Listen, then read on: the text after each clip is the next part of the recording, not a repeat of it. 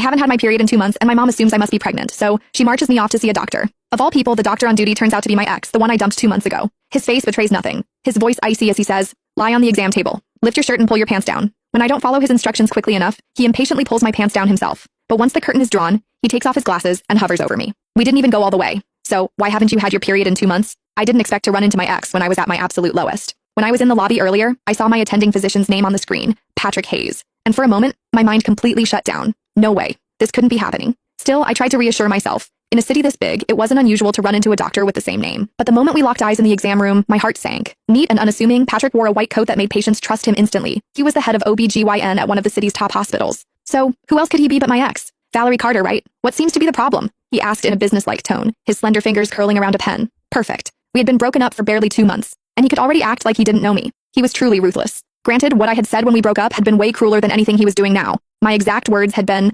"Patrick Hayes, after today, the only way I'd even consider seeing you again is if you were lying in a hospital bed, begging me to." Now, they had come back to haunt me. We were really meeting again in a hospital, but this time I was at his mercy. He was the doctor, and I was just a patient waiting for my fate to be decided. Forget about gracing him with a visit. His schedule was completely booked, and I couldn't even snag a single slot myself. Ultimately, my mom had to fork out double the usual price and go through all kinds of trouble just to get an appointment from a scalper. Just moments ago, I overheard a group of young women leaving the clinic whispering excitedly about how handsome the doctor was. According to them, the social media hype wasn't an exaggeration. They didn't even need a prescription. Just seeing him in person was enough. He was devastatingly handsome, the kind of face that made them feel like they could live decades longer just to admire it. At the time, I was curious to see for myself. Was everyone named Patrick Hayes that good looking? Now that I had seen him, devastating was the right word. But I wasn't referring to his looks. I meant myself. I was usually sharp-tongued. However, the moment I stepped into the exam room, it was like my voice had been stolen. I couldn't say a word. My mom, of course, didn't notice a thing. She had no idea about the tension simmering between Patrick and me. Instead, she started rattling off my symptoms at full volume. "Dr. Hayes, she hasn't had her period in 2 months. Either she's pregnant or something's seriously wrong. You have to check her thoroughly,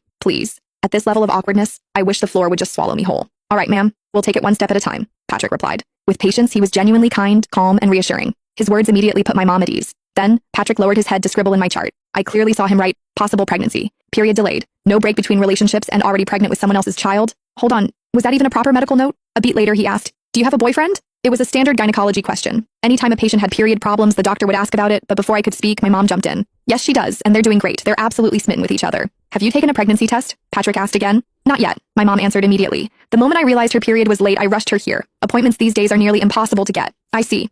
At first glance, Patrick still looked completely calm, but I had already sensed trouble. I could see his grip on the ballpoint pen tightening until his knuckles turned white. Even the pen tip had bent at an absurd angle, the pressure tearing through 3 sheets of paper. "Come on, man, that was my medical chart, not a murder list." "Could she be pregnant?" my mom asked, sounding almost thrilled. Without missing a beat, I shot to my feet. "Actually, I think I'm fine now. I swear it feels like my period's about to start any second." With how possessive Patrick was,